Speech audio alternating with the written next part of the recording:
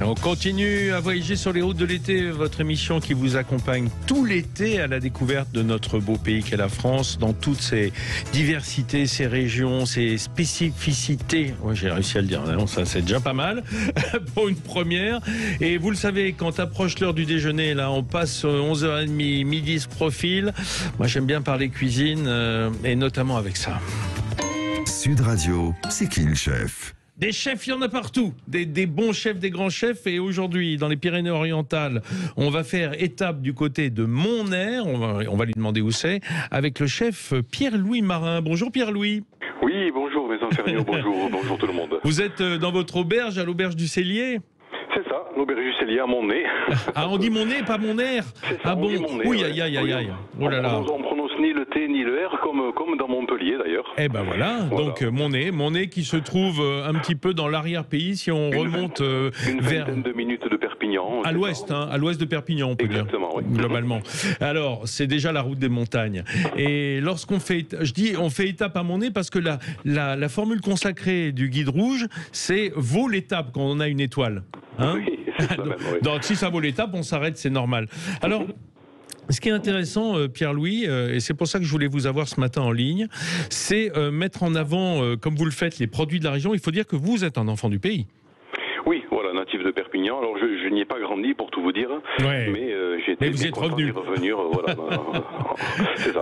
Alors, peut-être qu'au fond, c'est pas important d'y grandir, mais d'y être né, d'avoir capté les parfums, les arômes, les sons, et d'avoir envie de se retrouver dans ce cocon catalan qui souligne votre vie, en quelque sorte, votre vie de chef, votre vie de cuisinier. Oui, c'est ça, parce que quand on a tout à portée de main comme ça, enfin tout, je suis un petit peu dithyrambique, mais beaucoup de produits à portée de main aussi facilement, on n'a même pas besoin d'y être né, hein, on se fait plaisir automatiquement.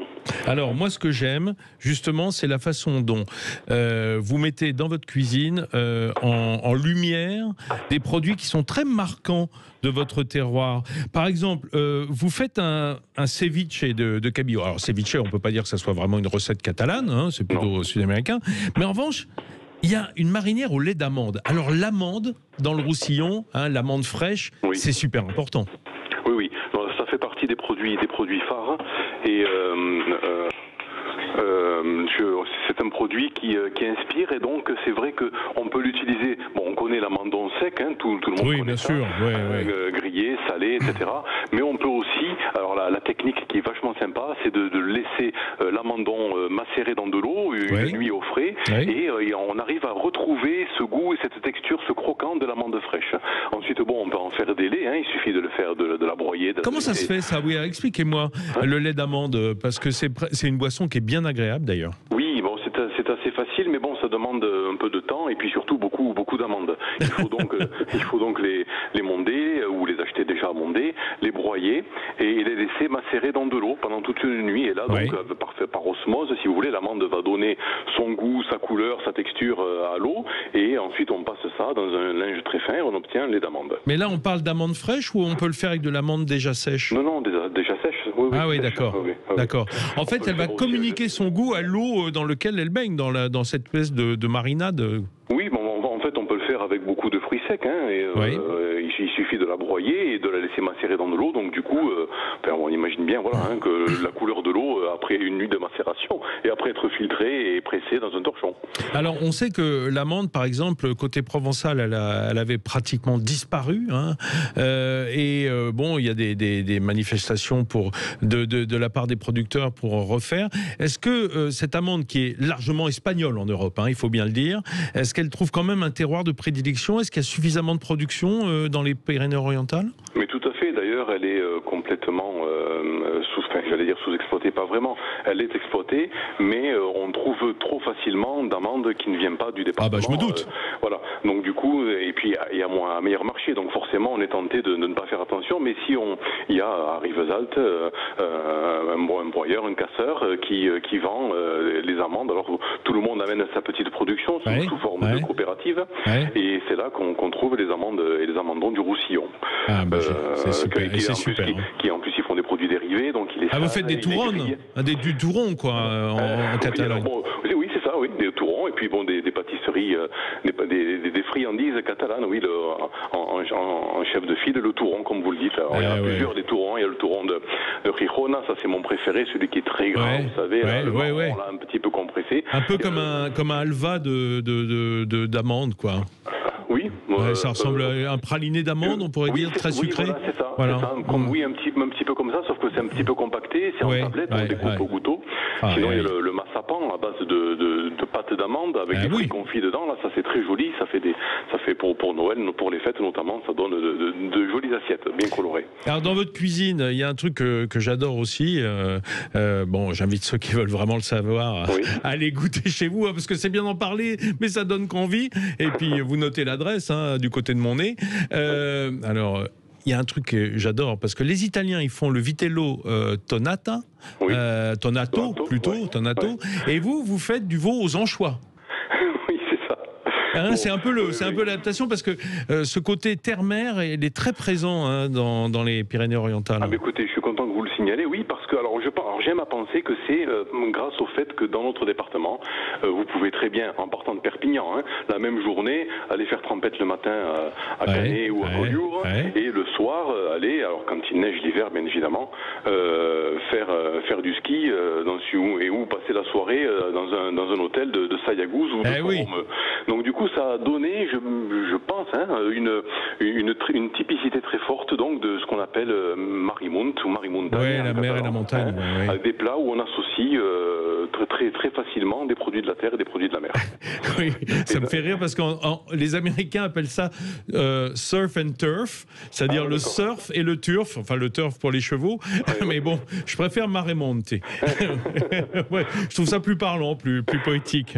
Non, mais après, oui, personne n'a l'exclusivité, oui, vous avez raison. Est-ce que les gens qui viennent chez vous, j'imagine qu'il y a pas mal de gens de passage, ils sont très demandeurs de ces plats emblématiques avec des produits très marqués de votre région ? Alors oui, alors ceux qui connaissent plus, bien évidemment. Après, quand on ne connaît pas, on peut être un petit peu dérouté par des associations comme celle-là. Par exemple, sur l'ancienne carte, on associe un tartare d'huître avec un tourneau de bœuf. Mais bon, il y a plein il y a tout plein de recettes. On pourra en parler pendant longtemps, des recettes typiques de la cuisine traditionnelle catalane.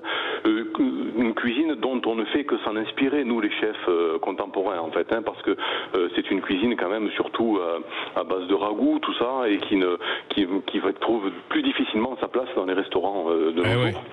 Des restaurants en tout cas qui se veulent gastronomiques. Bien sûr. Il a fallu adapter, alléger. Mais on s'inspire beaucoup. On n'hésite pas à mettre du lard, le saji par exemple. Ça aussi c'est un produit très emblématique. La fameuse panne de porc séchée et salée qui donne un goût un petit peu rance là. Des ragoûts d'artichaut par exemple. Vous parliez d'artichaut tout à l'heure. Avec une huile d'olive et une petite pointe de saji, c'est fabuleux et c'est très typique. Ou du lard avec du poisson ou du chorizo avec du calamar, bien sûr. par exemple, des choses comme ça, quoi. Bien sûr. Et puis la fameuse escalivade. L'escalivade, c'est un peu votre ratatouille de Catalogne, quoi. Alors pas précisément. La ratatouille, si je puis me permettre. Non, mais je schématise pour ceux qui sont vraiment pas du coin. Oui, parce que alors dites-nous la différence. On a notre samfaina. La samfaina, c'est la ratatouille catalane. Les légumes sont cuits en morceaux et en même temps dans une casserole, comme une ratatouille. Alors que l'escalivade, il s'agit de couper les légumes en lamelles, les cuire séparément au four avec un petit peu d'huile d'olive, les faire rôtir en quelque sorte, pour qu'ils gardent chacun leur goût, leur particularité, leur couleur, etc. Et ensuite, on les associe dans une assiette ensemble. Donc, et là, c'est quand même, vous imaginez, alors on n'est pas non plus dans les légumes grillés à l'huile italienne. Oui, genre antipasti, quoi. C'est quelque chose entre les deux, voilà. Et moi, j'adore parce qu'on garde le goût de chaque légume. Et puis, il y a un mot que j'ai vu apparaître, et après, je vais vous laisser aller cuisiner pour ceux qui auront la chance d'être chez vous à midi. Il y a un mot que j'adore, qui est rancio. Et parce que pour ceux qui sont de passage, ils ne comprennent peut-être pas que c'est un marqueur essentiel des vins, qu'ils soient de Riesalt ou de Banyuls. Ce rancio, c'est le goût de l'oxydation, en fait. Oui, c'est ça. C'est ce goût ça fait penser au goût au rance, bien évidemment, mais bon, c'est sûr, vous avez très bien dit, c'est le phénomène d'oxydation. Donc on laisse les vins s'oxyder dans des tonneaux à l'air ou dans des dames-janes. Des dames-janes, ouais. Pour certains vins également au soleil. Et donc ça développe ces arômes de noix un petit peu qu'on va retrouver, allez, pour ceux qui connaissent mieux, je dirais le vin jaune ou certains vins de Xérès. Ces arômes de cuir, de noix très particuliers et qu'on trouve dans beaucoup de vins doux. Donc vous avez cité les Rivesaltes, les Banyuls, il y a aussi les Maury, mais aussi bien doux que secs. Là, les vignerons sont en train de remettre en avant les rancios secs et je peux vous assurer que c'est des vins qui sont parfois... mais moi j'adore. Aussi bien, voilà. J'adore. Aussi bien Maury, Banyuls, Rivesaltes, on trouve des merveilles dans les PO. Les gens disent souvent vin cuit, mais non, c'est ce goût de rancio, ce goût du pays. Voilà, des vins qui maturent chez vous.